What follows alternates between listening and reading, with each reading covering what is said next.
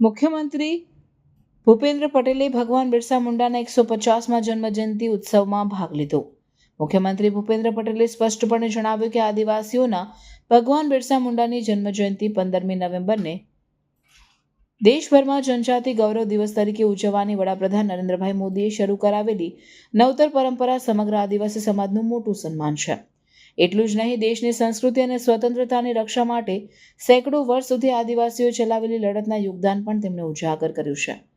વડાપ્રધાન નરેન્દ્રભાઈ મોદીની પ્રેરણાથી ભગવાન બિરસા મુંડાની આ વર્ષે ઉજવાઈ રહેલી 150મી જન્મજયંતિ વર્ષના ઉપલક્ષ્યમાં સુરતના માંડવી ખાતે આયોજિત સમારોહના અધ્યક્ષસ્થાનેથી મુખ્યમંત્રી ભૂપેન્દ્ર પટેલ સંબોધન કરી રહ્યા હતા.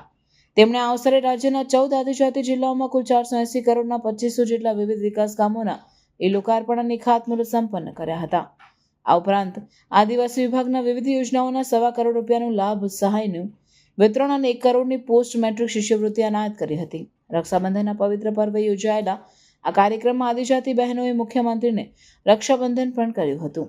મુખ્યમંત્રી ભગવાન બિરસા મુંડાએ અબુઆ દિશુમ અબુઆ રાજ એટલે કે આપણો દેશ આપણું રાજના મંત્ર સાથે આદિવાસી યુવાઓને આઝાદી જંગ માટેની પ્રેરણા આપી હતી. તેનું સ્મરણ કરીને ભગવાન બિરસા મુંડાની ભાવવંદના કરી હતી. તેમણે ઉમેર્યું કે આદિવાસી સમાજના ઉત્થાન માટે અત્યંત સંવેદનશીલ એવા ભગવાન બિરસા મુંડાના કાર્યો જીવન કવનને આઝાદીના દશકો સુધી ઉપેક્ષિત રાખવામાં આવ્યા અને આદિવાસી સમાજ વિકાસથી વંચિત રહ્યો હતો. વડાપ્રધાન નરેન્દ્રભાઈ મોદીએ આદિવાસીઓના સર્વગ્રાહી વિકાસ માટે અનેક યોજનાઓ સાકાર કરીને વિકાસની મુખ્ય ધારામાં તેમને લાવી દીધા છે, એમ ભૂપેન્દ્ર પટેલે ગૌરવ સાથે જણાવ્યું.